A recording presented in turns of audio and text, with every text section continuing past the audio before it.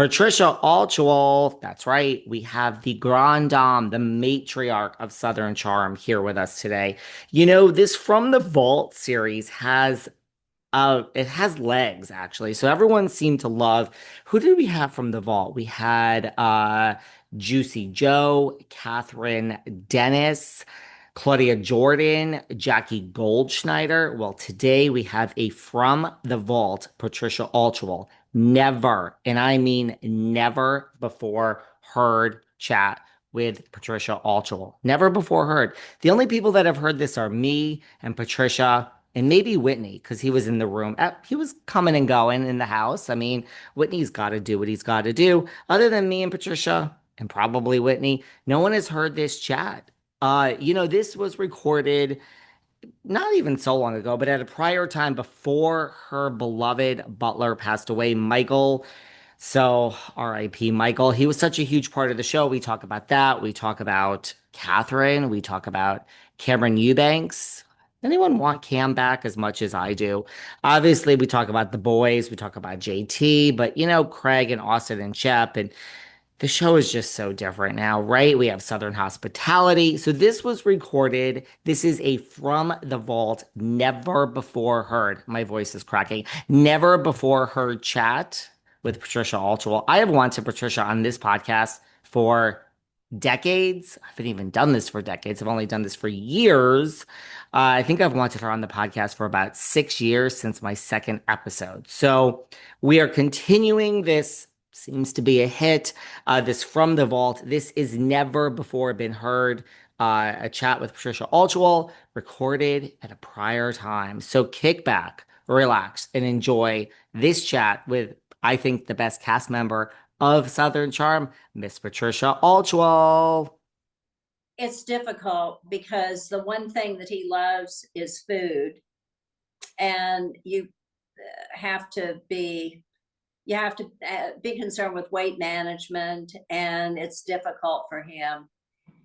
So I worry about him, frankly. I hope he's all right. We had a great time. He's got an unbelievable attitude for having that happen to him, and nobody knows why or how. It's very rare. But the one good thing is that he's in assisted living. There are other people there that really aren't incapacitated. He's made friends. There are nurses there.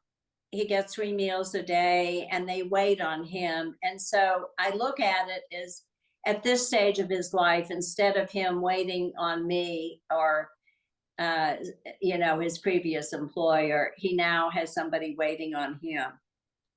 So that's the kind of the upbeat that I can take from that. I wish he were closer. I know he misses the dogs. Well, we saw you get a new butler, Randy. We saw that on the show. Is he still with you? What's the status of this? Well, Randy is part-time, but I've been trying to find a full-time butler, a live-in full-time butler. And I found one in England, but I have had this flu, so I haven't flown him over yet.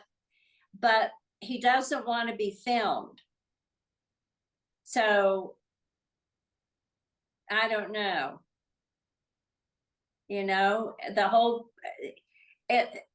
an English butler who's trained at Buckingham Palace. He would make great TV, and he's anxious to come over and work, but he does not want to be on Southern Charm.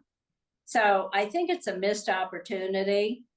So I don't know what I'm going to do. I have to now that I'm over this flu, I have to think about it. Does he know what Southern Charm is, or he just doesn't? There's no reality TV that he wants to be part of. That's it. It's shown in London. It's shown in England, and I think 22 other countries. Wow. So I'm constantly surprised. I was in India and somebody heard my voice. I was in the ladies' room with Georgette Mossbacher, and I was talking to her, and somebody said, "Is that Patricia from Southern Charm?" That's in, where was I? Wasn't in Jaipur, India. Wow. Maybe they can just film him and I mean it won't be the same, put like a little blurred over his face, but he doesn't even want the cameras there.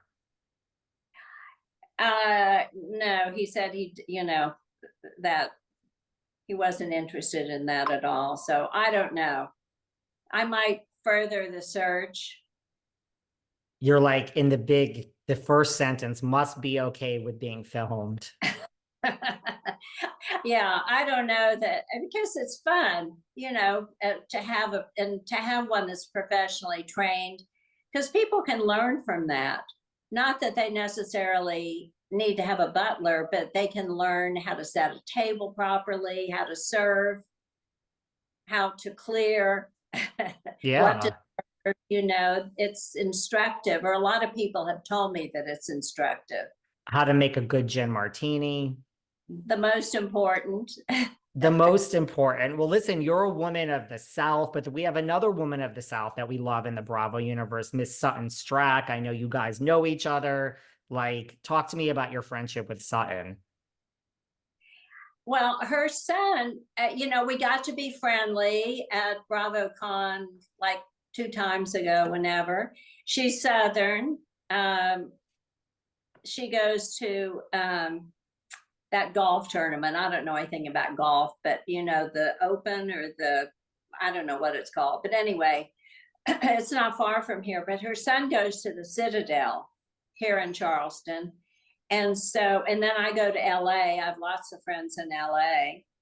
So, yeah, whenever we're in the same state or whatever, and we saw a little bit of each other at BravoCon, but they keep you so busy that you can't kind of, lollygag. No, you can't. Do you keep up with like Beverly Hills, like Kyle Richards now separating with Mauricio, like after 20, so like do you keep up with the other Bravo dramas that surface? Not really. I keep up with Sutton because she's a friend.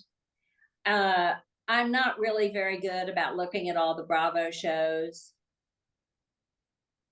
I You probably should be, but you've never watched Paige on Summer House, watched Craig appearing on Summer House, nothing like that.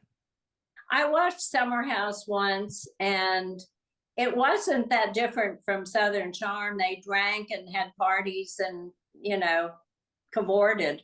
And Yes.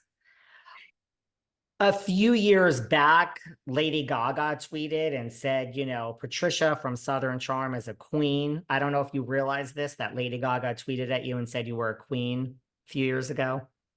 well, Andy said it. Somebody sent it to him. Watch What Happens Live, and he announced it on that, and then sent me a note. And I didn't know who Lady Gaga was, but it's quoted when I did the previous book 6 years ago or whenever. They put that on the jacket because they thought that was important enough to include. So I was very flattered that she thought that. It's a big deal, right? I thought so when I finally found out, how important she is. And then since then, I saw her in A Star Is Born. And I saw her sing the songs from Mary Poppins because Julie Andrews' voice was troubled. And she has the most celestial voice I've ever heard. I was just blown away by the quality of her voice. I mean, it was magnificent. Who do you think has grown the most since the first moment of season one? We're 9 seasons in, like just out of all these kids that you've been around and have known, who do you think has like really grown the most? Well, I'm prejudiced, but I think Whitney has. I mean, he works behind the scenes. He's sold scripts, he's sold other TV shows. He, I mean, Whitney didn't have to work. He's had trust funds growing up, but he has educated himself. I mean, he I paid for all the private schools.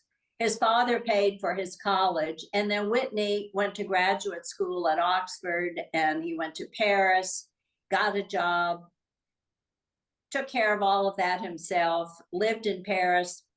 And that is no easy trick. He went to Alliance Francaise in Paris, and managed to rent, to get light, electricity, water, all in French, and doing that, and did research. And he